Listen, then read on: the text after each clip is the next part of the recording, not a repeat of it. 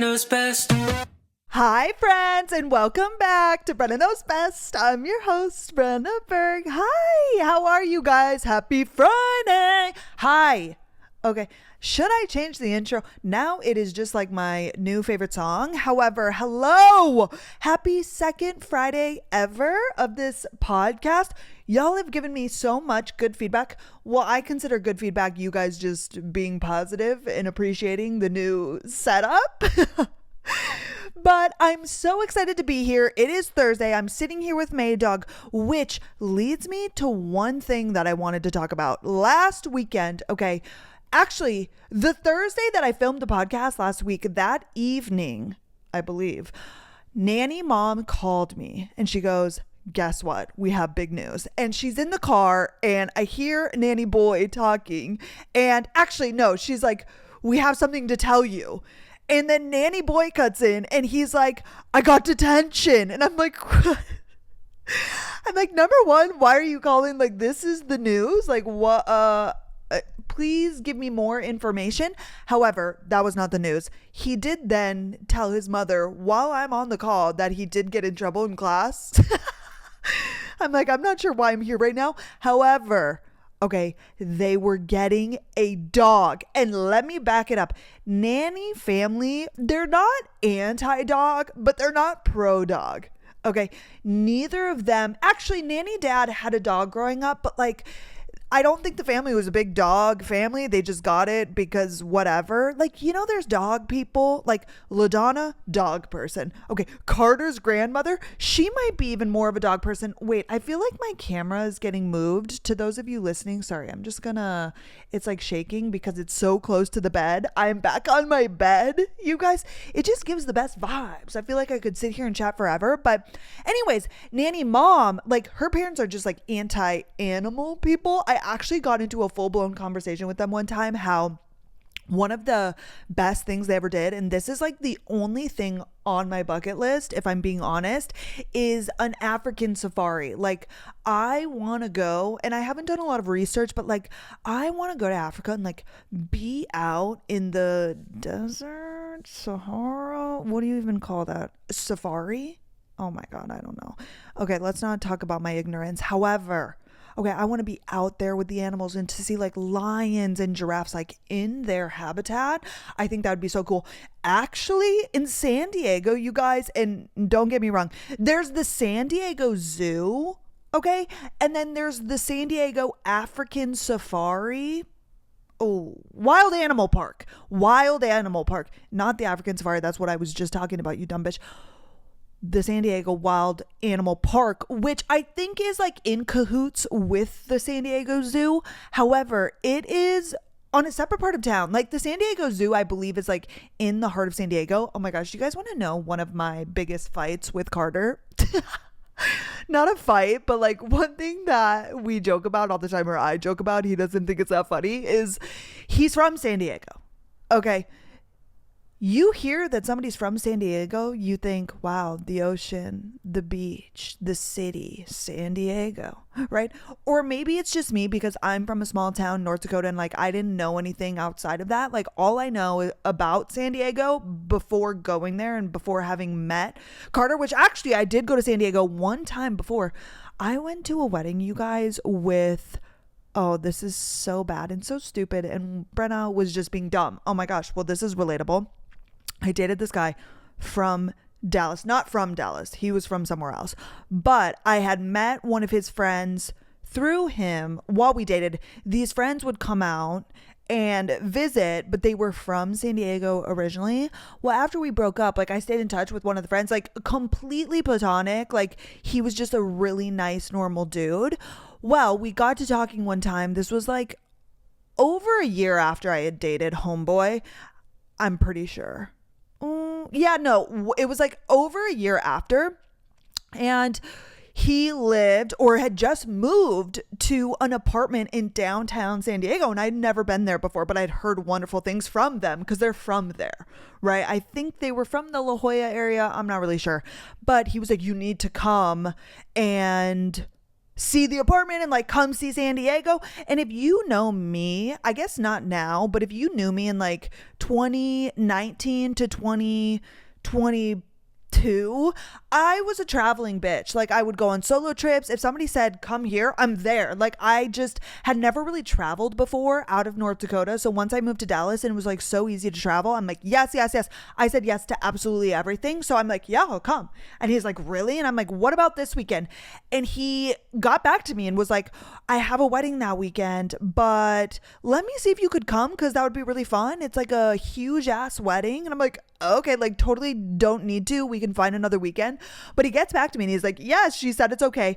It was like, you guys, it was a wedding at this country club. I think it was St. Bernardo. If you're from the area, like a super rich bougie area, this wedding was like minimum $250,000. Like we heard that from the lips of the bride's dad. Okay. It was insane. Like the wedding itself and then the reception, it was amazing.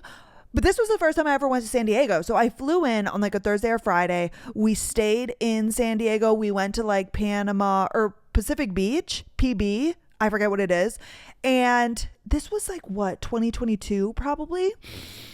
And then Saturday morning we woke up and we drove out to this place and we then went to this wedding, went to the reception.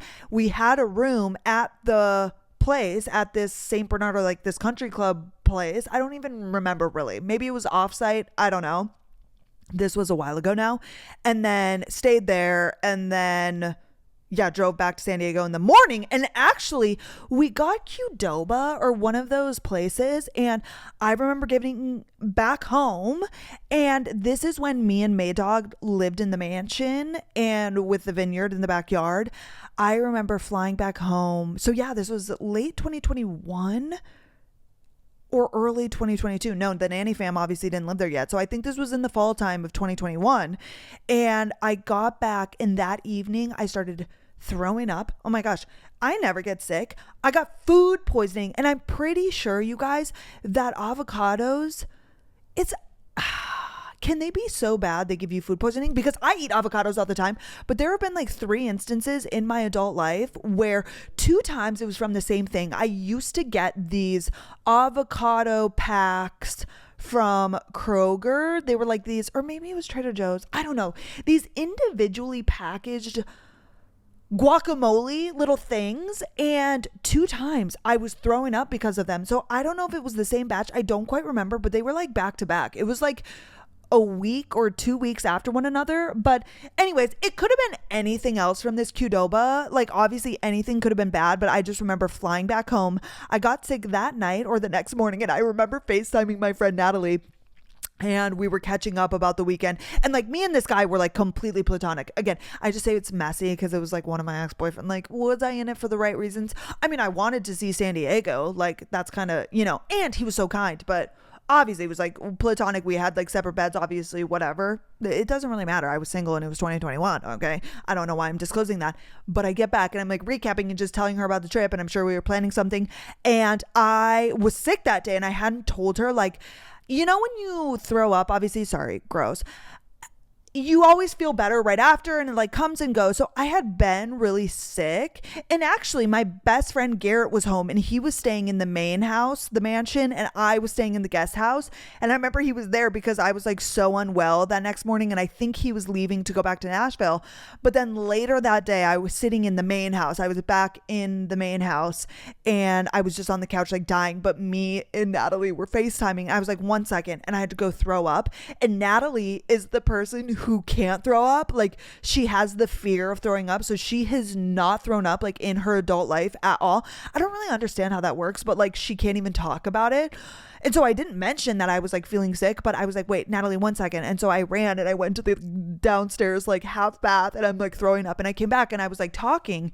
And I was like, oh, 1 second, gotta go again. And she's like, what the fuck is going on? I'm like, oh, I'm throwing up. And I didn't want to tell her because she would get sick. She's like, oh my gosh, how are you so casual about it? Because I would just go and like come back and then be talking because you always feel better after. Oh my gosh. Anyways, I don't know how we got here. San Diego Carter. Oh, he tells me he's from San Diego. The first time we go to San Diego and you fly into the airport is like on the water. essentially. We drive, we get picked up. I don't exactly remember the first time I went.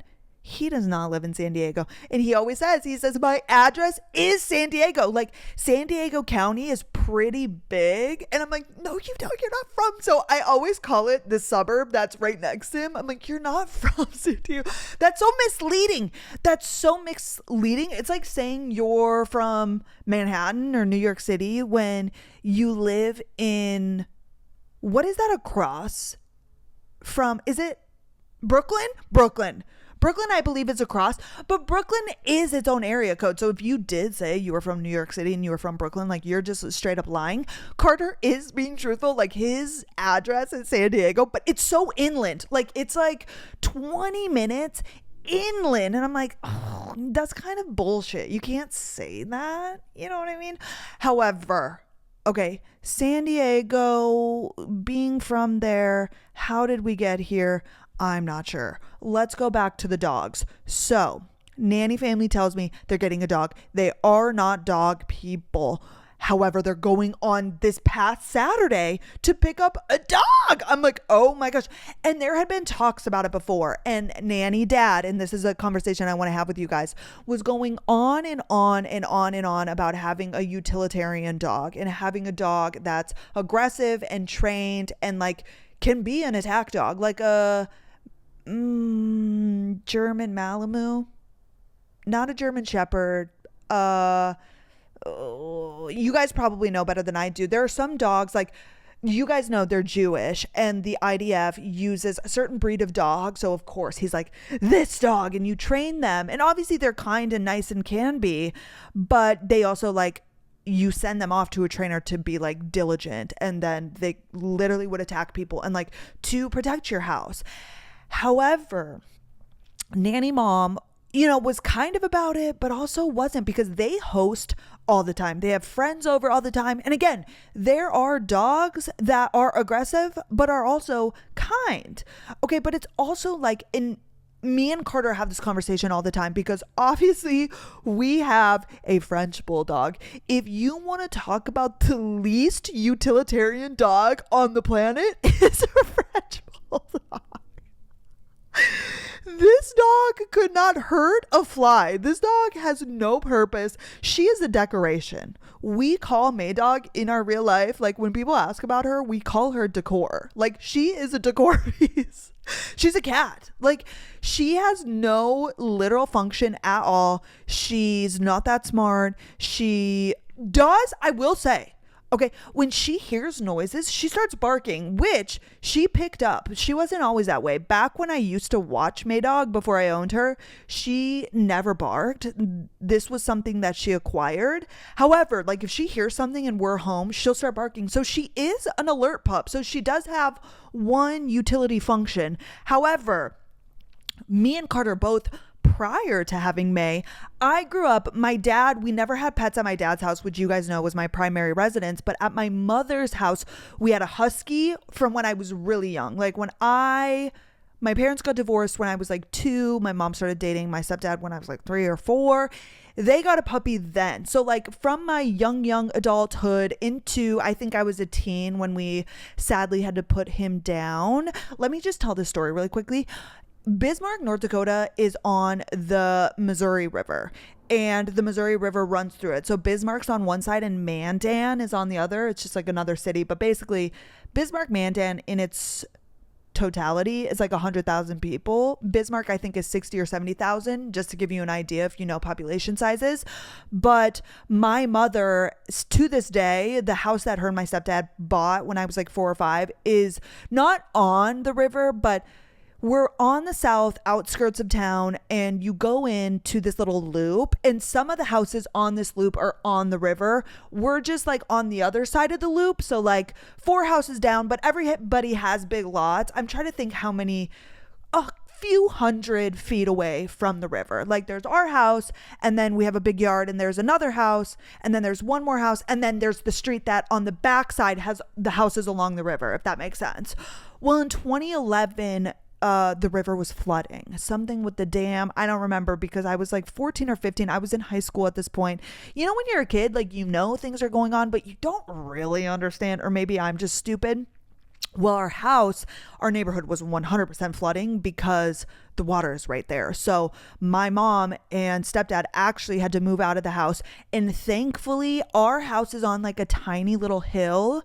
And so I don't remember, they didn't have enough time to put up sandbags around the house, but we're on this tiny hill. So like we have a crawl space. In North Dakota, we have basements. And in Texas, and so wherever you guys are, Texas people don't have basements, or Dallas specific. I'm sure some people do, but because of the ground or the foundation or something, homes here in Dallas don't have basements, which either you're from a place that has basements or you're like me, yeah, who has basements, or you're like people from Dallas where you're like, no, nobody has basements. You're one or the other, or maybe it's a mix of both.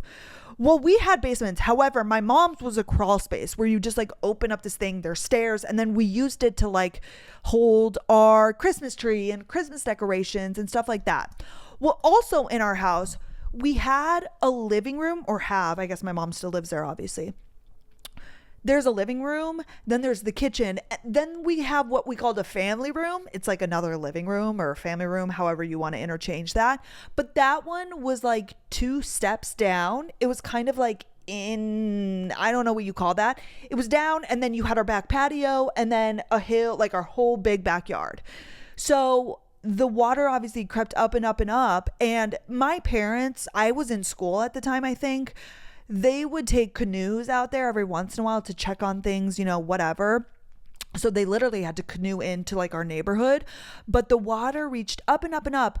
It flooded our crawl space, and then that living room that is like 2 steps down. So water got a little bit in there, but the rest of the house was fine. So they had to rip out the carpet and stuff from that living room. They had to redo the walling and that sort of stuff. Again, I don't know the technological terms. However, we still owned our husky at this time. His name was Yukon. He was very aggressive. He loved us, but he was like a outdoor dog. Amazing. Loved him. Well, they had to move to their friend's house. They lived at the friend's house for like the summertime while the house was flooded, obviously. And while they moved Yukon over, he became like, I don't know, apparently dogs get really stressed. He became really stressed out, and he didn't recognize us anymore. Like, he became hyper aggressive. I think he was like 11 or 12 at this point. So like getting older, but still pretty healthy. But we actually had to, this is so sad, put him down. I was at Lauren's house, my cousin. It was the summertime, so I always went up there to work on the farm and like be with her. However, my mom called me one night when we were having a bonfire with lots of friends up there, and they were putting him down. So I wasn't there when it happened, and like I didn't see really the full effects of what it did. But isn't that so sad? He just got so stressed. And I remember like when I left to go up to the farm, he was like, yeah, just hyper aggressive and not in his norm. And oh, it was so sad. But anyways, I grew up with a husky. We also had like a white dog, big dog at one point. Then they got a border collie. Carter grew up with a pit bull mix and some other pit bull adjacent breed. I know the breeds and then I don't know the breeds. He would be able to tell you. A Stafford, a Staffshire, Burfield. I don't know. You maybe, if those words will help you understand if you know, and if you don't know, you just don't know. So I hope that was helpful. A Stafford Shield, something or other. Okay, so we both grew up with big dogs. So I always was under the belief that I would get a big dog. Well, then I acquired Maydog, and now I don't think I could own anything other than a French Bulldog. And then we talk about, so this goes into the conversation about how we're going to have children one day. And you know, having a big dog is great. The protection, the utilitarian aspects, like going on walks, I'm there. I walk a ton. I cannot walk this dog. I literally have a stroller for her, and that shit's so embarrassing. That shit is literally so embarrassing, but I look past it. Now I'm like so loud and proud, but when I think about old Brenna, I'm like, why the fuck would you have a dog that can't even walk? And now you own a Frencher, they change your life. I'm just saying, they change your life. Well, Carter was under the same belief system up until he met me and May, obviously, and now we're friendship people for life. Oh, so we talk about having children, and it's like same for the nanny family. They have people over all the time. They are not young kids now. Obviously, nanny girl's 11, nanny boy's 14. And so they're older and bigger, but it's like you have an attack dog, that shit can go south really quickly. Actually, we just watched a video of a girl from North Dallas. She dog sat 2 bigger dogs, mauled. Like, you guys, they were interviewing her. Her face is like, you can't even see her face. They had to do all of the skin grafts all over her body. Like, should have killed her. It's like, they're good dogs, and dogs are good. And I don't like the whole pit bulls are bad dogs. Like, I'm not that person, but they are animals. They can attack. They can switch on a dime. You know, like, it's just something to think about, especially if we're going to have young children and then they grow up and we want to have people over. Like, I don't know. I just now, again, it's not even a question to us. We'll always own French bulldogs, but with the nanny fam, they were going back and forth. And so nanny mom has a friend who actually, so it's Jason Kidd, who is the head coach of the Mavericks, his wife. They've known them forever. And actually my best friend, Elisa, I got her the job to be their nanny household manager. So my friend has now worked for them about the same amount of time that since I started with the nanny fam. I started with the nanny fam early 23, I think, or maybe 2022. And in August, the kids came to me or to them and asked if I knew anybody. And so my best friend, I got her job, which is a kid and his wife, to manage their house and take care of the kids and whatever. Anyways, so they're very big on security, obviously being famous people. And the mom she knows her shit. So they talked to nanny mom because they would be the people that have an attack dog. However, she's like, if somebody is really going to come into your home and steal or burglarize or attack you, they're gonna shoot your dog. Okay, sorry, this is like a little bit dark, not really, but realistically, and here's the thing, and a good point that Carter made, the dog is a deterrent. Like, if somebody was actually victimizing your home to burglarize and break in, if they saw you had a big dog, they would then pick another house. So on one hand, it is a deterrent. If now somebody randomly broke into your house, they would get attacked by that dog. Yes. But the point that she made about shooting the dog, it's like they would just pick a different house without a big dog. So I do think, like, if that is your thought process, having a big dog to deter people from breaking in or whatever, to have a watchdog, and that was kind of Carter's line of thinking, it will do that job probably. But that's the thing. It's like, is that your main idea for getting a dog? Or like, what's the thought process there? Anyways, long story short, nanny fam decided they're not going to do that. They're going to get a black Labradoodle. So they got a black Labradoodle, you guys. So they drove down to Houston on Saturday. They were getting it in like 2 days. Nanny mom, she's like, I haven't told anybody. Like, I feel like if I tell people, I'm going to ruin the moment. And it kind of was just like, not a rash decision. Is rash decision what you say? Oh my God, I'm so bad with the terminology.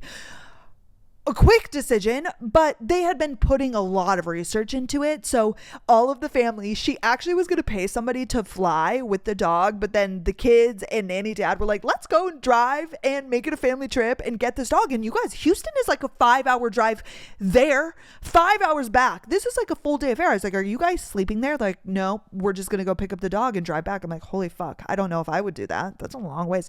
I guess if I was really excited about a pup, but anyways, they drove down Saturday. So when we had this phone call on Thursday, they were like, or I asked, like, we'll come over on Sunday. We have nothing going on. So we went over Sunday and met the dog, Judah. Okay. And it's a black Labradoodle, and it's 12 weeks old. So it's a little bit on the older spectrum. Usually you can get dogs at like 8 weeks old, which actually my cousin Lauren breeds golden retrievers. She had 8 puppies. She's been sending me photos of the kids. She has, the 3 little ones. 2 of them are my godchildren, whatever that means. And their puppy Rue, or their girl Rue, who's like 3 years old, maybe, you can start breeding dogs at like 2 years old, which is literally insane. However, she had 8 pups. And so they have puppies right now, and you have to have them for, 8 weeks. You give them their shots and then you sell them, which Lauren actually sold 10 prior. She sells them prior. She tells people around the town in the area that she's going to breed puppies, and people buy them before even having the puppies born, which is crazy. But you also need to know that you're not going to be stuck with a bunch of puppies. You know what I'm saying? So anyways, they have puppies, but the Labradoodle is 12 weeks old. So we went over there, and there were some other friends over at the time, and we hung out with the nanny fam and met the puppy Judah, and she was so cute. He's a boy, and he literally slept the whole time. Like, he wasn't even that energetic, which is something they talked to the breeder about, because again, they're not really dog people. Like, it was so interesting. They weren't like oohing and gooing over this dog. They were like really on a schedule, and she was talking about, you got to feed him, and the trainer, they're going to send it off to a trainer at 22 weeks. Like, she does not want this thing as a puppy. She's like, I wanted to pick him up as late as possible, and I want to get him into training as soon as possible. She's like, I don't want to deal with a puppy. I'm like, that's so funny that they got it in the first place, not being dog people. But obviously the kids love it. They love him too, but they're just a little bit more serious. When like most people are like, getting a dog is the highlight of your life, like you love dogs, they're not those people. So it's actually so interesting. Like, me and Cora left, we're like, do they even like that dog? Like, are they enjoying the dog?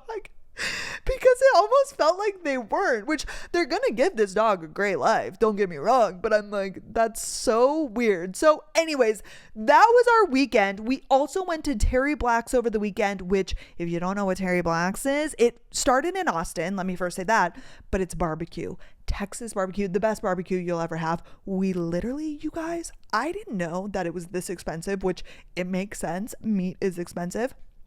Carter, obviously, you walk in, and it's like not a buffet. You stand in this line and you go down, and the first thing you go through is the side. So it's mac and cheese, it's green beans, it's beans, it's coleslaw, that sort of stuff. So they have little sizes that you can get of these like little plastic bins. So you get a small, medium, large, whatever. So it's like family style eating. You can't just like order a meal of brisket and mac. Like, you tell these people, so they just pile up this thing, and then you go to this other table or this other, you know, area where there's tons of men, and behind them is all the meat. So there's sausage, brisket, turkey, ham, whatever you fucking name it. Okay, and you tell them by the pound. And so I like Carter order every time I've been with the nanny fam a few times, with Carter, without Carter. We took our families there over the graduation birthday weekend. So I've only ever been with a fuck ton of people. Carter and I have been once before, but I didn't pay attention to the price. I like started filling our cups. You guys, $180. Okay, don't get me wrong. It's the best brisket meat barbecue you've ever had in your life. The vibe's incredible, but I had no idea. And Carter was like, oh my gosh, yeah, babe, like, it's meat, it's expensive. But we justified it because his mom had sent him $300 for something that we already paid $300 for. So we didn't make $300, but it came in that day, so it felt like we had $300. And Carter's a spender. And you guys, I never knew that it was that expensive. But yeah, so we went to Terry Black's on Saturday and spent $180 plus a tip. And we did have leftovers, obviously, because we got like a pound of brisket. We got a sausage. We also got, ribs. And then we had mac and coleslaw and green beans. So we had a ton of leftovers. So really, Saturday night and then Sunday, those were our meals. So if you add that out, 4 meals, that really comes to like $40 a meal. I can't justify it, but I've also, oh my gosh, you guys, you'll be so proud of me. I have decided that when Carter spends money, I'm no longer going to think about it. I'm going to let him, as long as we don't have joint accounts, I can't sit and stress about how he spends his money. So I'm no longer. So I've been really good about not getting worked up when he orders food or something, which he's been really good. Again, I shouldn't be like judging his behavior. But I've been like, okay, whatever, it's his money. If he knows and thinks that he has enough money to purchase whatever, I trust him. So I honestly haven't thought that much about it. And I've lived happier ever since, not stressing about Carter's money. Oh my gosh. Moving right along. Okay, what else happened this week? You guys, the TikTok ban. Can we talk about it? Honestly, I didn't even know it was happening because over the weekend, again, I try and stay off my phone when I'm with Carter as much as possible. And I do pretty good at that, I think. And doing social media, like I post my videos and you guys know, like of course there are periods when I, log on naturally to like film and then I get stuck scrolling, of course, but I really try and monitor myself. Like I don't ever really know what's going on TikTok and the trends and the drama. Like I'm always fucking late to everything, which is why I never participate in trends, because I'm never up to date with them. The TikTok ban, here is which you guys know, that video that I made when I was like influencers crying, when people are still up in arms about it. However, I am not a doomsdayer when it comes to anything. I'm just not a like the freaking out about things. I was actually talking to one of my friends, Jessica, about this, because we were talking about the snow days that we've had. She's in Atlanta and I'm in Dallas, and she's like, I've seen snow before. Like to me, it's not that big of a deal, which I get it. To people that never see snow, like it's cool and it's fun, but like my reactions to pretty much everything are always like even keeled. Like I'm never like, oh my gosh, like, even let's say like big exciting thing, my engagement, like I was excited to talk to you guys about it, but like I'm not like you guys know this about me. Like I'm never too high, I'm never too low, I'm always pretty much in the middle. That's why things like the inauguration this week, which again I don't want to talk about, because it's just the whole conversation honestly about everything, like what that woman wore, the bra, and I just don't care. That's the other thing. I just don't care about a lot of things. The TikTok ban, if it happens, if it doesn't, and I get it, I make money on TikTok, but it's like, I'll figure it out. Like I'm just not the person to freak out about anything. The election results, it's like, we're gonna be okay. Like we're gonna figure it out. Like bad things are gonna happen. Bad things happen in our life. Bad things have happened to me. We keep it moving. I'm just not like the freak out. Oh my gosh, you guys, TikTok. I did log on obviously because I posted videos. I just kept it moving like I normally do. I just kept my regular scheduled program. So Saturday, was it Saturday when it was supposed to be banned, or was it Friday night? No, it was Saturday night because the 19th was Sunday. TikTok on Saturday, you guys, people on live, like goodbye, I guess, crying, sobbing. I'm just like, I do get it. You make your money. I can I do understand it. Just in my own body, I'm not a person like who freaks out about things. So it's just like, and it's also comical because I also like, with TikTok specifically, I think I come from real life. Like I'm pretty well grounded in real life, even though I do social media. So like again, I don't want to piss everybody off again. And that video I made, was it insensitive? I know I still stand by what I said. And a lot of people, 99% of the hate that I got on that video was misinterpreted. Like they weren't even talking about the same things that I was talking about, but like we also knew that the ban was looming. Like if you didn't diversify on other platforms, if you didn't get something lined up, because if you are actually like, here's where I struggle, because I've been in a position where I have to know how I'm making money. If I lose a job, I've got to have something in the back. I've got to be able to start waitressing. Like I've got to figure something out. So if you're sitting here crying on TikTok and it is your only income and you're living paycheck to paycheck off of this, you should have had something figured out, because number one, we knew it was happening. And number two, like if you're actually hurting that bad, you have it figured out, because I've been in those positions. So I just like the whole like crying. And again, it's one thing to be crying over losing your community and you've built it up. I'm there. This is how I started doing everything. I am you, but I'm also like, I don't know. And I think it's just the way I am in my body. I'm just not the person who freaks out about anything. I'm not like, oh my gosh, what am I going to do about anything? Like I'll figure it out. We'll figure it out. Everything's going to be okay. So I just like seeing all of that. Honestly, I was like, I logged on Saturday morning. I posted my videos. I like scrolled a bit. Saw like videos, lives, like it was so drama. And whether it had, it's easy to say that now, but even still, like I didn't think twice about it. I did not think twice about it.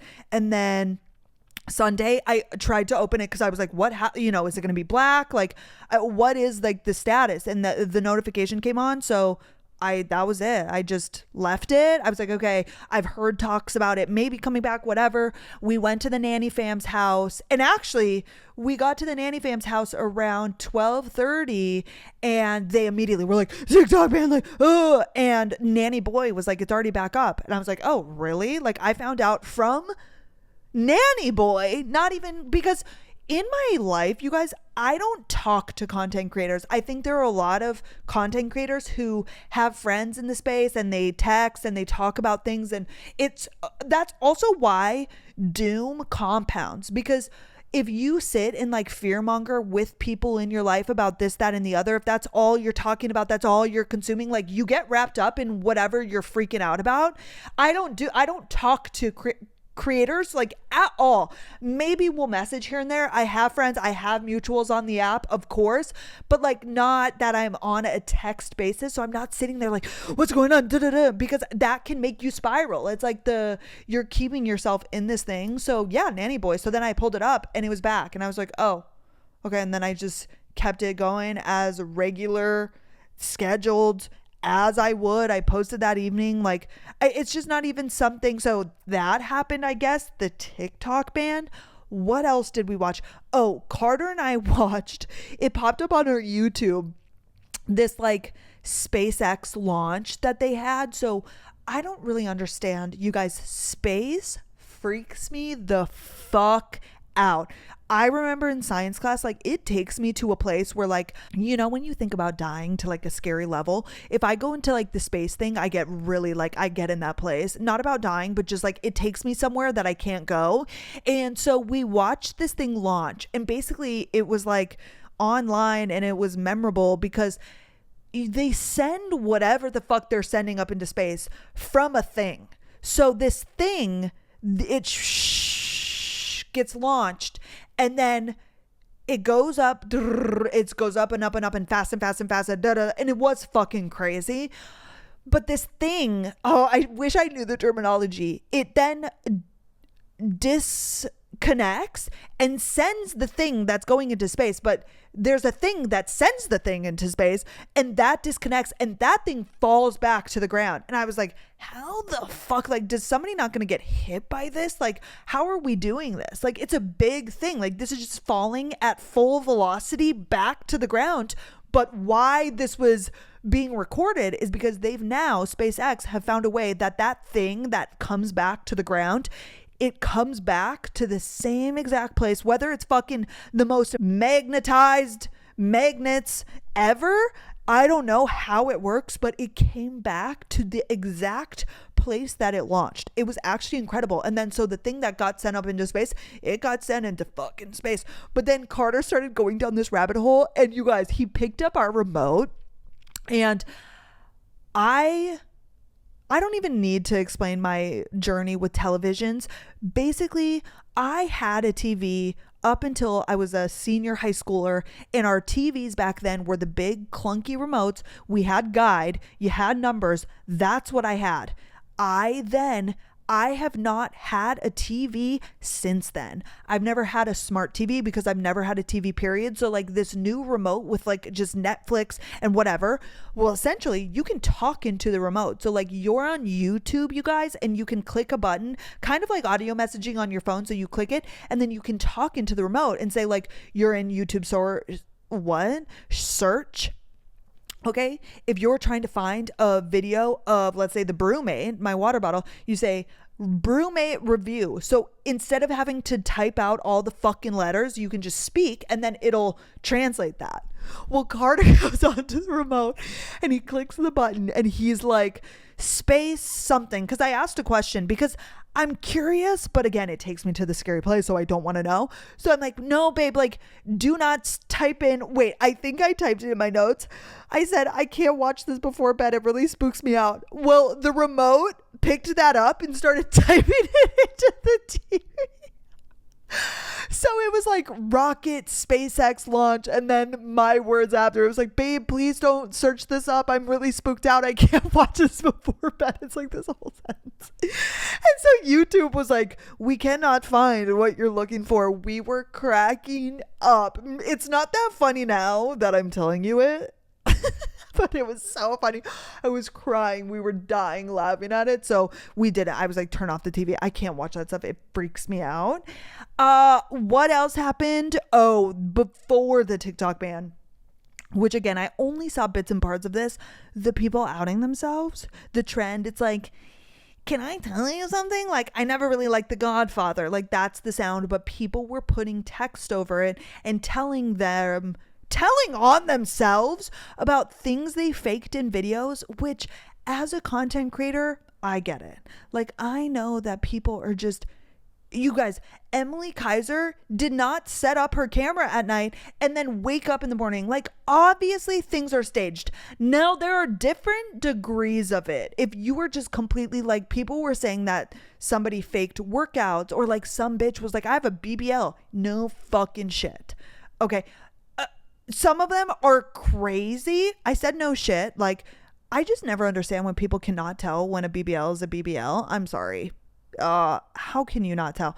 But like, so I didn't see who that was. So like, I don't know what the fuck I'm talking about or who I'm talking about. But like, some of them were way more wild than others. Like a girl selling her plans, her glute guide, selling fitness plans when she has a BBL. That's not okay. That's so fucked up. So like, there were a bunch of people like apparently outing themselves. That one girl who got really famous on like the restocks of like all of her home shit, she was like, I never used my ice cubes. That again, like it's harmless. There was one girl that said she filmed workouts. She would do the workouts, but not when she filmed them. Like, that makes sense to me. I get the behind the scenes, but that was all the rage because then TikTok wasn't banned and it was like all these people outing themselves. It's like most of the ones that I saw weren't that crazy, but that's just me. Okay, before we keep going, I want to start a little segment called things that I'm hyperfixating on this week. But before that, I wanted to talk about this weekend. So Carter is actually out of town this weekend on business. Okay, he leaves tonight, but tomorrow I film Monday's episode, so that's going to take me all day. Saturday is my best friend's birthday, so we are, number one, I'm getting up, I'm grabbing her a coffee, we're going to get our nails done that I'm going to pay for, and then we're going to go to a Hot Works class, we're going to part, I'm going to come home and shower, hang out, then she's doing a game night, and I told her, of course, like in my perfect world, I only want to hang out with her. Carter and I had this conversation last night that there are people who have a friend group and then there are people that have one friend. Like you are the friend and then they have a friend group. I've always been the friend. I've only ever been friends with people and they are my individual friend. I've never had a friend group. So Natalie, for instance, which she doesn't really have a friend group now. I mean, she has like her work people and whatever, but I just like don't like people. I don't enjoy them. I have a hard time finding people that I really, really deeply enjoy. So that's why I think I have singular friends. Like I never like my friends as other friends, and not like on a bad, like I don't think her friends are fine. They are kind, they are warm, but like I'm friends with Natalie. I don't want to hang out with Natalie's other friends.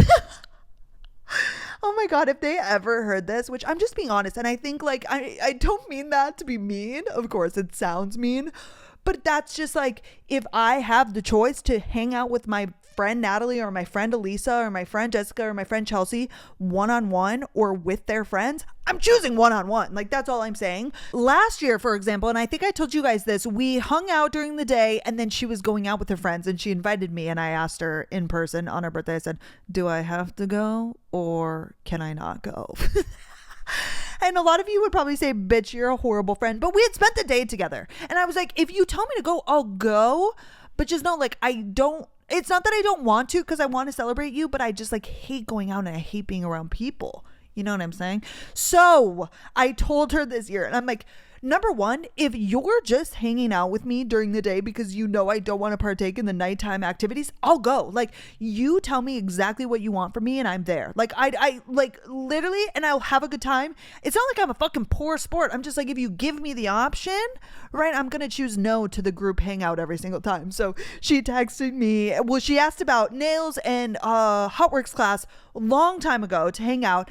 And then she texted me like last week. She's like, I decided, she was trying to figure out if she wanted to go out. She's turning 29 and she has a lot of friends. Like this bitch has a lot of friends from work, she's from Dallas. So like from school, she's in the arts. She went to Booker T, which was like arts, dance school, whatever. And she was trying to decide between going out or a game night or like what that looks like, a dinner. And she texted me last week. She said, bitch, I decided on a game night and you're coming. And I said, damn. No, not actually. I love a game night. It'll be fun. However, Carter's gone, which originally he would obviously come, but it's just going to be me, myself, and I. And so, yeah. So tomorrow, Saturday, we are just hanging out all day. I'll come back, shower, hang out with May, and then go back in the evening. And I'm going to stop by Tiff Streets and get her some cookies. Originally, I was going to do that first. Oh, and I have a bag of PR because you guys know I do get PR, not a ton compared to most content creators because I'm not a beauty person, obviously, but I still do get some.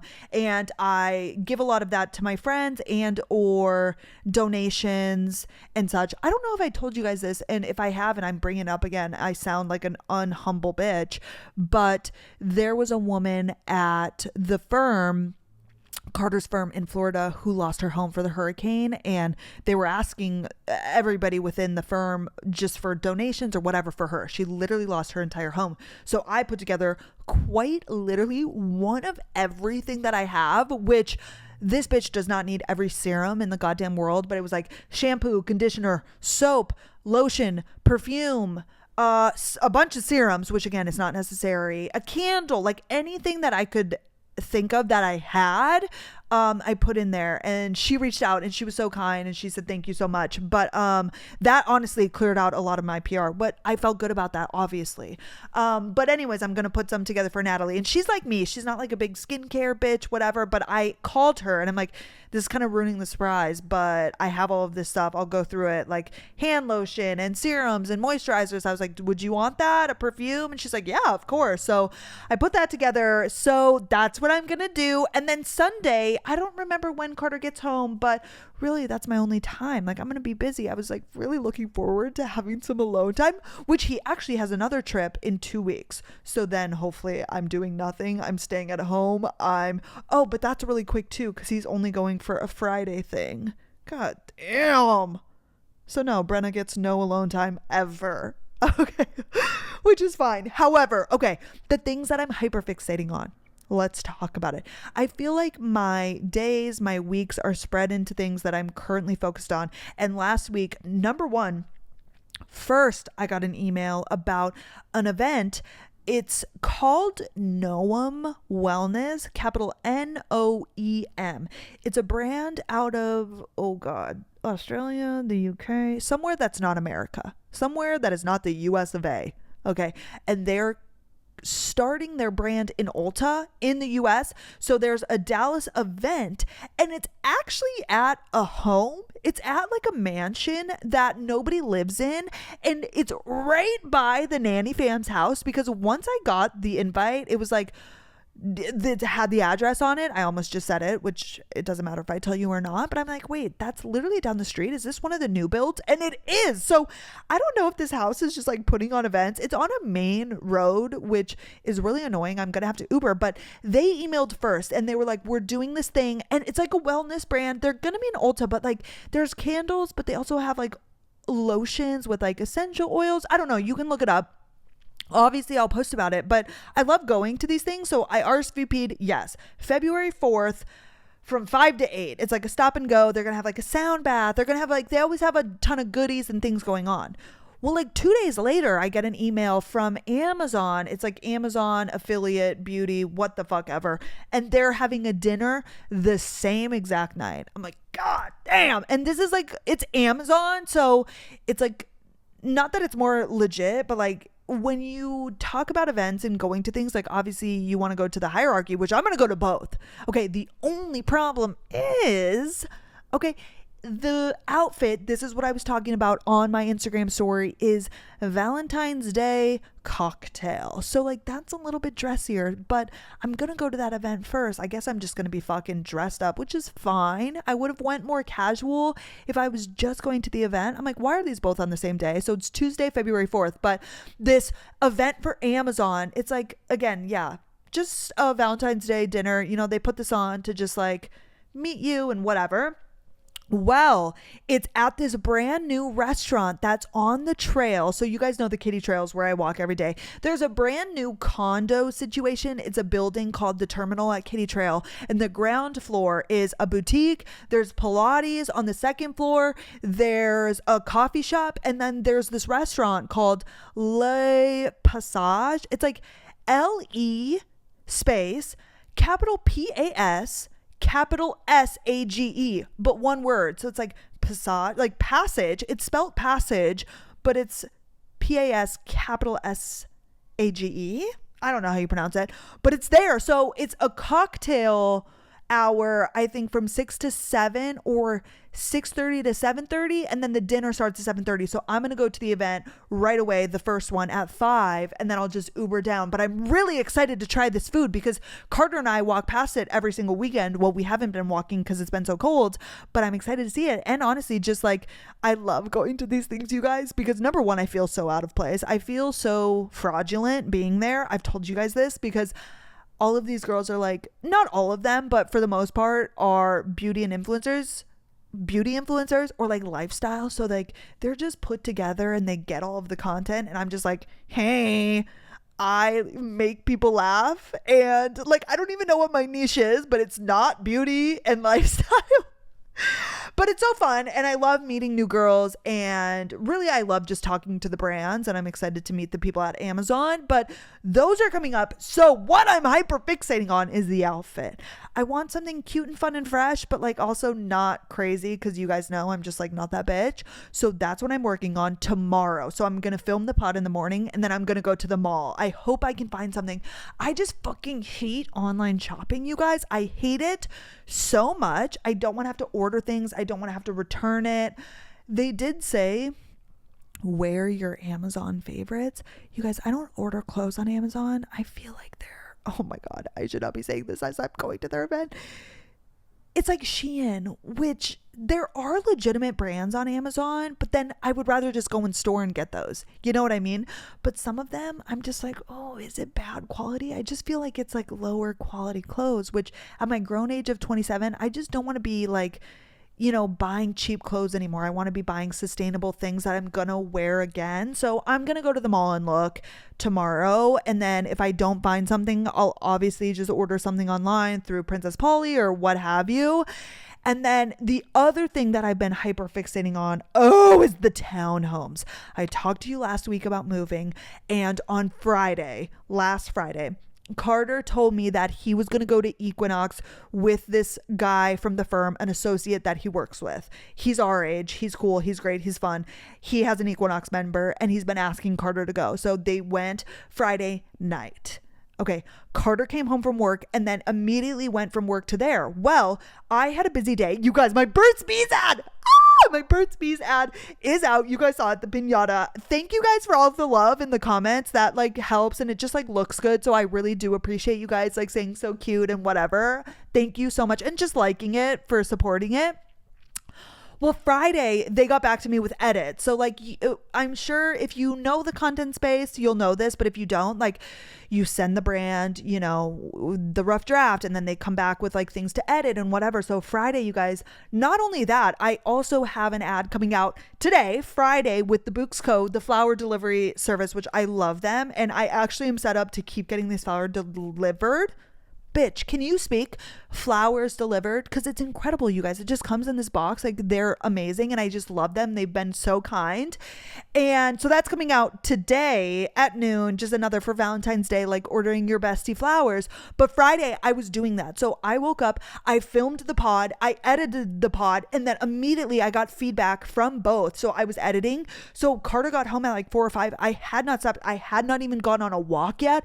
I hadn't left the apartment. I hadn't done anything but film the pod, edit these clips, take the clips, because it's not hard by any means, but it's just like getting the angles, and like I had to put on the outfit that I was in and try and make sure I have the same jewelry on because it's the same ad. You know what I mean? Like updating the Burt's Bees one. And they had a lot of edits. Not a lot, but just like different, whatever, doesn't matter. So Carter came and then he immediately turned around and left. Well, I still had to finish one more thing. I had to take some photos for the story. And then I thought to myself, why don't I go on a walk and then I'll finish my walk close to Equinox, so then Carter can pick me up and we can either go get food or drive home or whatever. So I ended up going on a walk. I was like really juiced up. I had just had a coffee and I texted Carter. I'm like, let me know when you're done. I'm going to be in the area, which I don't really walk in. It's on Oak Lawn in Dallas. However, you guys know I worked at Equinox, so like I'm super familiar with the area because I worked there for like 6 months in 2019. And so he had a longer workout. Like I tried to time it about an hour, but he still wasn't finished, which was fine. I wasn't trying to rush him. I was like, no rush at all. But I kept circling in the same area and I come across these townhomes and I'm fucking obsessed. I am literally in love. I immediately am on Zillow. I'm looking up rentals, which they're townhome condos and they're for purchase, but obviously people rent them out. So I'm trying to figure out the best way to get in contact with these people, or if somebody was selling theirs and we could do like a lease to purchase. I don't know if people do that. I don't know, but I showed Carter when we got home. So we had to drop off his buddy, which I felt bad. I'm like, oh, I didn't mean to intrude. Like, this is so weird. I feel like I'm just like a bum catching a ride. However, it was fine. The guy's super nice.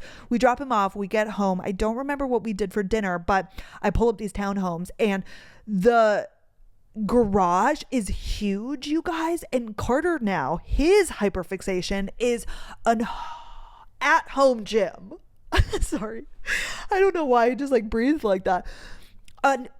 Which he's already talked about. Like he, once we have a home, wants a garage gym. But if we do get a townhome and we want to live there for a couple months, like he wants to get like a rack immediately to have a barbell and to have all of the things. Well, he came across like this perfect rack that has a built-in like cable system. So now he's like, all weekend long we were watching like home gym reviews where this guy goes in, like this is his niche. He goes to people's houses that have home gyms and kind of like reviews them and sees what they have. So then Carter's like deep diving on the equipment, and the townhome that I fell in love with has a huge garage. So now Carter loves it, and I'm like, oh, please be available and in our price range when we want to rent in August. Oh, I'm trying not to get my hopes up, but I keep like, I'm on Zillow, I'm on homes.com, I'm looking up realtors, I'm looking up the address, I keep going through photos. I'm literally obsessed.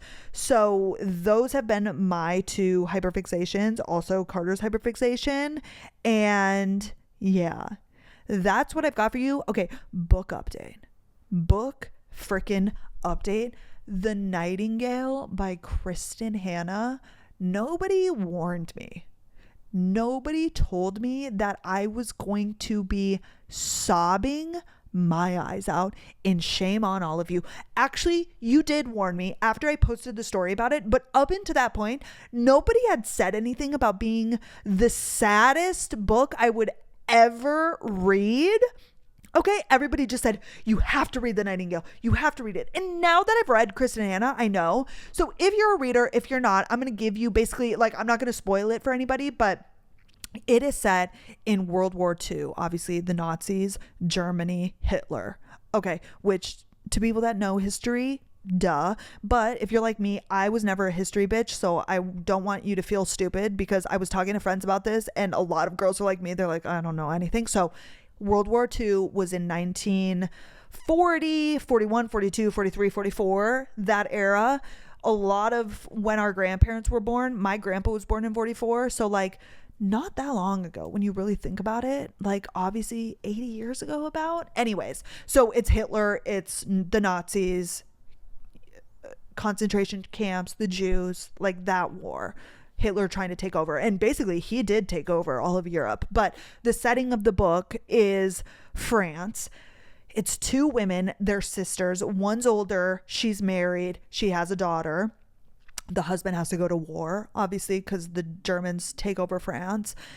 and her younger sister, who's like 10 years younger. So she's 19. She's like crazy. She doesn't listen to authority. She's living her best life. Well, living her best life in the war. She's just like, that's her character I'm just describing. She's gotten kicked out of boarding schools, yada yada. She lives separate from her sister, but basically the book follows both of them in the war. So like the woman at home with her daughter, the older sister, while her husband's away at war, in their little town in France that has been overtaken. A Nazi is living in her home, and this is all real. This all happened, you guys. Oh my god. Hello.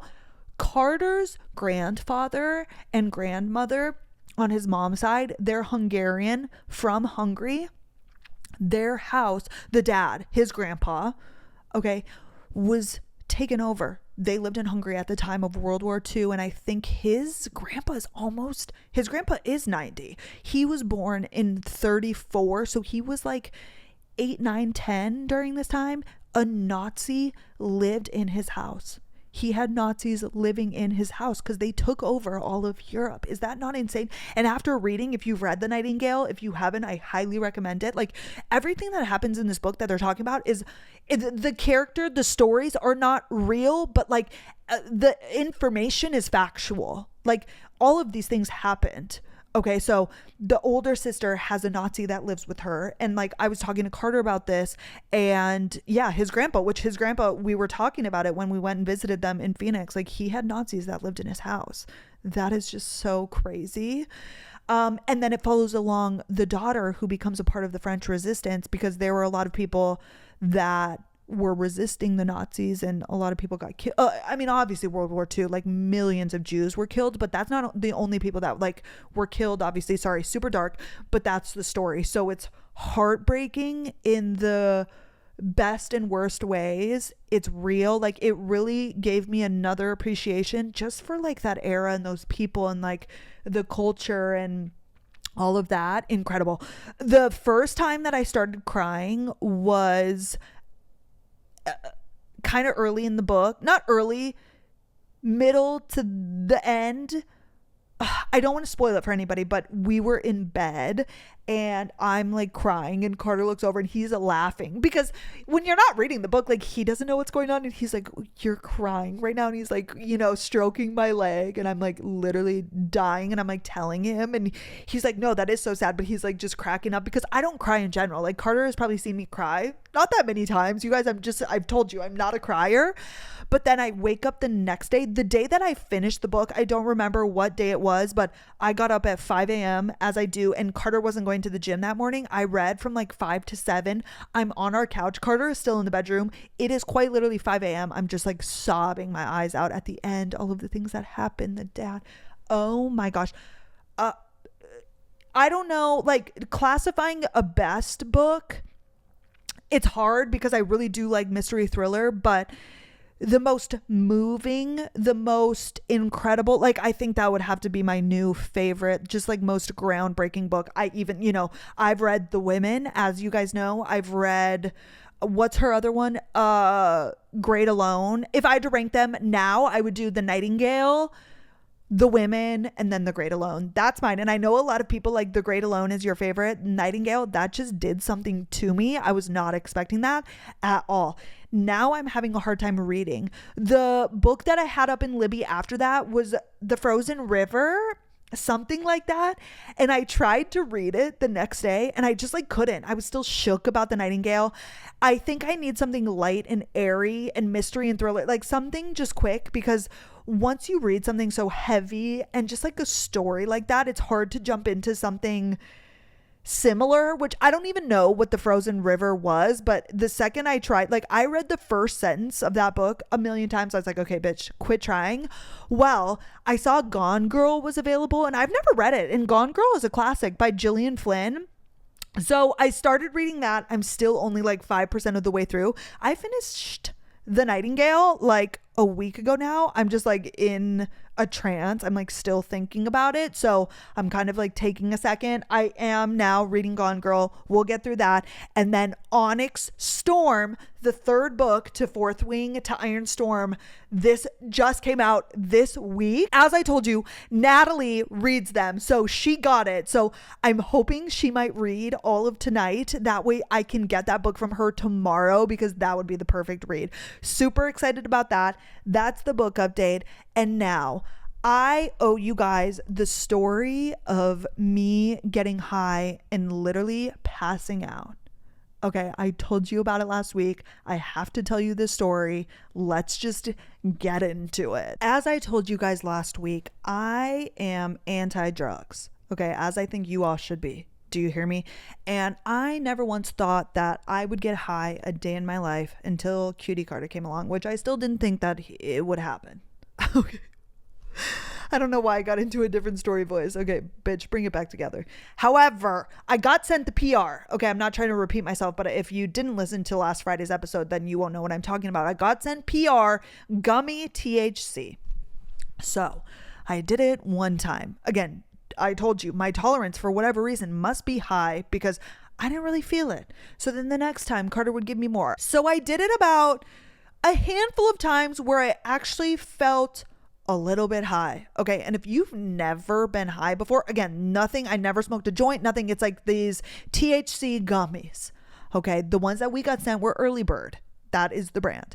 And if you've never gotten high before, because obviously I hadn't up until this point a year ago, it's different from being drunk, but it's like you just feel a little wacky. You think about things a little bit differently. You see things, not visually see things, but like you just kind of, I don't know, you go to a different place. I think that I could come up with a business idea while I'm high. Like you just think about things completely differently, but you're just like a little bit wacky. Okay, nothing crazy. It is what it is. However, I got those gummy strips for Carter's graduation or bar finals. I don't remember. And like I said, there was not a dosage amount on them. So Carter, you know, he would give me double what he would take because my tolerance was so high. We had learned from the other gummies. Oh my fucking God, you guys. So I, chew this gummy. And again, Carter has told me that when you smoke a joint or weed or however you want to call it, it hits you immediately for whatever reason, because it's going into your vein. I don't fucking know. When you eat a gummy, it takes a little bit. Like there's no set time. You don't really know, but it takes a while to be absorbed into your body. And so, which kills me because I was on a bowling league. Obviously, you guys know I was like a professional bowler, but once I went to college and just did it for funsies, my friends asked me to be in a league on campus, and it was 3 guys, like my very best guy friends at the time. And one of them was like a massive stoner. They all smoked weed, but one of them was like strictly a stoner. I'm pretty sure he dropped out and like I don't know what he does to this day, but he would come to bowling high. And at the time I never done it, I didn't know, but he would always have brownies. He's like, oh, I had a massive brownie before I came in. Now I know. But he was hysterical. Like he would bowl. Oh my gosh, it was like the best times of my life. I loved it. Anyways, the gummies or like a weed brownie or whatever the thing is, when you're eating it or like it's in that form, it just takes a while. So Carter and I did these things. It was a Sunday and we were making tacos that day. And how we make tacos is I put chicken in a crock pot with salsa verde and a bunch of spices, let it sit all day, and then we shred it up, and Carter will put tortillas on the stove, heat them up with cheese, and then we do avocado, we do a sauce, and that's that. And my job is the chicken, which is really easy, but I always, oh my gosh, and this is important. You're like, why the fuck are we talking about tacos now? Well, we were making the tacos, so we have the gummies, and then at some point, it hasn't hit me yet, and obviously I don't know what's about to happen. I didn't expect it to be what's about to fucking happen. So I start shredding the chicken, and I always like have a hard time timing it up, and it doesn't fucking matter, but I will dump out the chicken into a strainer over the sink. I have one that extends so it just sits there, so I'll drain it because obviously like the salsa and whatever, and then I'll strain it in the colander. Is that what it's called? The strainer? I don't fucking know. I'll do it in there and just let it sit there, and that way we can dish up from there, do our tacos. Carter will give us a fresh tortilla, and then that's that. Well, the timing of it, like I forget how long it takes Carter to do the tortilla, so sometimes I bring it out a little early, and I don't want the chicken to be cold, obviously, but I also don't want him to do the tortillas and then he's waiting on me to shred it, so I try and time it. Well, you guys, I'm pretty sure what happened is I had a panic attack. I think that's why I passed out, is what I'm diagnosing myself as, and I've never had a panic attack. You guys know I've never even had like any mental sort of issues.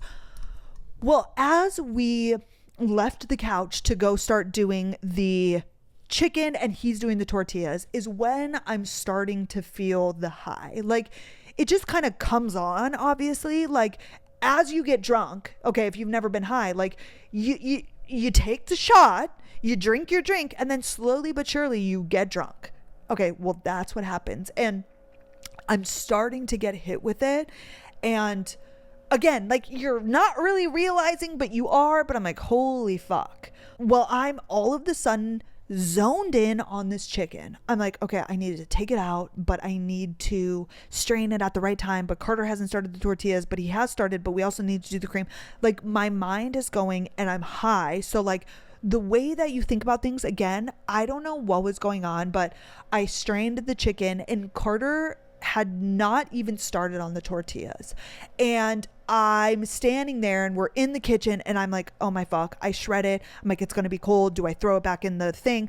I'm analyzing this. Like I'm literally analyzing the fucking chicken. It's like all I'm thinking about. It's all consuming, and I'm not speaking. Like I'm now I realize in hindsight, like I'm very high at this point, and it's like all I can think about. I'm like, oh my God, I fucked this up. He hasn't even done it. It's going to be cold. Like I'm literally going in circles, like spinning the fuck out over me taking the chicken out too soon. And all of a sudden, you guys, I'm like feeling lightheaded, and I'm like, oh my God. But it's like brewing in my head, the chicken, like I'm still thinking about it. Carter's standing there. Like he's also high at this point, obviously, because we're not speaking.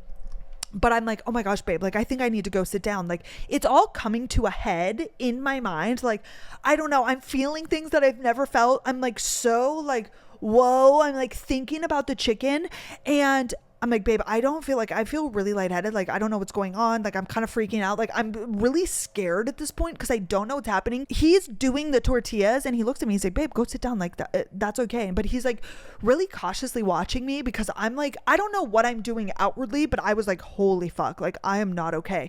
And I start to walk from our island over to the couch, I think. And I don't know if I turned to face him or like what happened, but all of the sudden I'm like passing out. Like I'm literally still thinking about the goddamn chicken. Okay.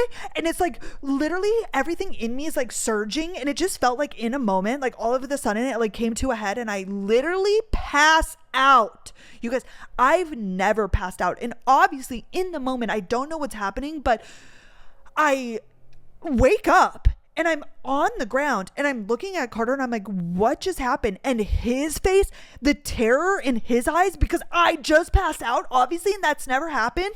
And like, he's like, what just like, are you okay? And I'm like, I don't know. And I'm like laying on the ground and I'm looking up at him and he's like, lift up your legs. And he's like, moving, stretching my legs, and he's like, babe, he's like, you're really freaking me out. And I'm like, I'm freaked out. Like, what just happened? He's like, the eyes like rolled back in your head, like you just passed out. And he helped me. Like, thankfully he was paying attention to me, so he apparently, and I didn't realize this, I thought I literally just fell to the ground, but he was able to catch me and like help me to the ground. But I full on passed out, you guys, which is terrifying in and of itself, but I'm mega high. So I'm like, I wake up, I'm staring at him. He's like frantic. He's looking at me.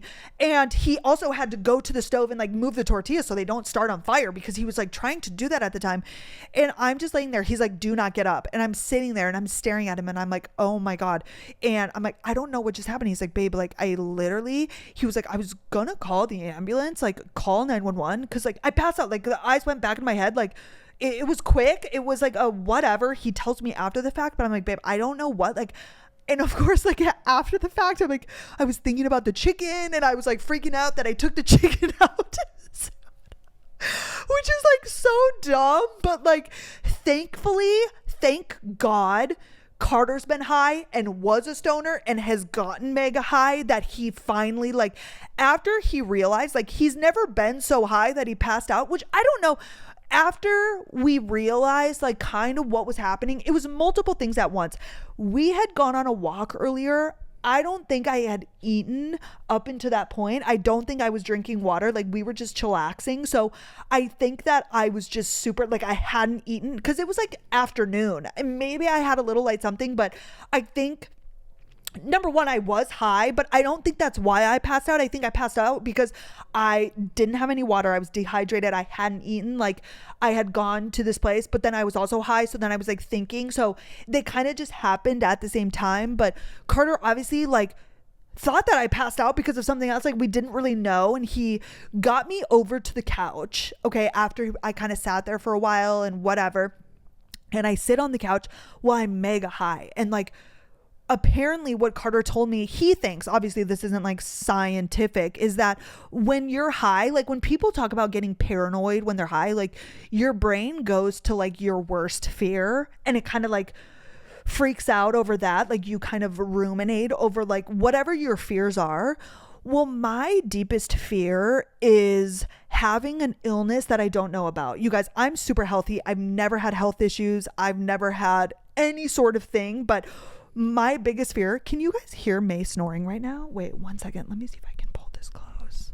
Oh, now that I said something, she's listening. Oh, fuck. Okay, you guys, I totally just fucked up my audio trying to get May's snores on this. Like the box fell down and then things got unplugged and then I had to, holy shit. Anyways, where was I? Okay, so I'm on the couch. So you go to your deepest, darkest fear. And mine is having a health issue that I don't know about. Like deep down, like every once in a while I'll go into this like place. Not frequently, but like that just, you know, cancer, anything. Like because I've been so healthy and I've never had an issue, and I see other people with issues and like things that are so horrible and I don't take it for granted ever. I'm like, what if I have an ailment that I just don't know about yet? That scares me. So because I passed out, I'm like, oh my God, this is it. Like I have an illness. I just passed out. Like that is why I passed out, because I have some sort of like, I have cancer. So like my mind keeps going there. So I'm like sitting on the couch, you guys, and I'm obviously like reeling. I'm like, hi, I don't know what's going on. Carter tells me he now understands that like we figured out that I passed out probably because I hadn't eaten or drinking anything. So like it was just it happened at a bad time, but he's like, what do you need? So I'm like, water and then food, but I didn't want to eat. And then I drink water and then it would be good and then it wouldn't. I'm like, oh, get away. And then I'm like feeling like I'm going to pass out again. Like I kept going to this place. So then I felt like all of a sudden I was nauseous. So then I'm in the bathroom. I'm sitting in front of the sink. Carter's sitting there next to me. We've got May. I'm like, okay, I'm good. And then all of a sudden I'm like, oh my God, I'm not good. I'm going to throw up, whatever. I never ended up throwing up, but it took like, you guys, like an hour or two. It's so funny because Carter and I have never drank together, as you guys know, but like the kind of what I was doing in front of the toilet was like as if I were hungover. Like I was just like, I felt like I was going to throw up. I'm like, okay, leave the room, come in the room. Like everything was just like touch and go. I was just like, oh my God, I'm going to pass out. Like I kept going to this place and he's like, babe, you're okay. Like whatever I said, he did. He's like, okay, drink some water, try some food. And then I would be eating. And then all of a sudden the food in my mouth, I'm just like, oh my God, I don't know. It was the craziest, scariest thing. And it took me a while, like that evening, to like, number one, come down. But then the rest of the week, I'm like, what the fuck just happened? And like the moment of the passing out, like where my brain was like panicking over the chicken, I'm like, oh my God, I didn't even tell Natalie, my very best friend, for a really long time. I was so embarrassed, and I have not gotten high since. I said, never again. And he's like, babe, that happens. He's like, it happens to everybody. And actually, do you guys remember when we went to California and we went on a double date with the couple that had just recently got engaged? He told us his story because Carter was there. He actually ended up going to the hospital because he thought like he lost like feeling in his arm or his leg for whatever reason, but he was mega high.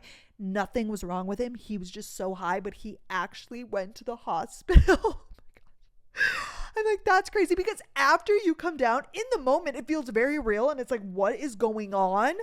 Oh my gosh, you guys, but that's my story. I feel like when I tell you guys stories back, they're not as funny. So I hope you guys appreciated that. However, okay, you guys, that is the episode. I'm going to, however, give you a preview into Monday's episode. So the 3 stories that I picked out, I'm just going to read you the titles right now. Number 1, my 30 female student 18 male made a super creepy comment. My husband 35 male thinks I'm being paranoid. Okay, that's the title of the story, and it is really interesting. This guy made like, it wasn't, okay, so she's obviously a teacher. Oh my gosh, well, listen to Monday's episode if you want to learn more. The second one is boyfriend, 34 male, of 5 years is buying a house and wants me, 32 female, to pay rent. What's fair? Oh! Excited to dive into that one. And third, the juiciest and the best. My 23 female boyfriend, 27 male, and I had a threesome. Did we ruin our relationship? I'm going to go ahead and say yes. I haven't read the details, but yes. So those are the 3 stories that I'm going to film for Monday's podcast. I hope to see you guys there. If not, I'll hopefully see you next Friday. Thank you guys so much for listening. As always, have the best weekend. Be safe, be happy, do whatever the fuck you want to do. And I will see you guys on Monday. Okay. Bye, guys.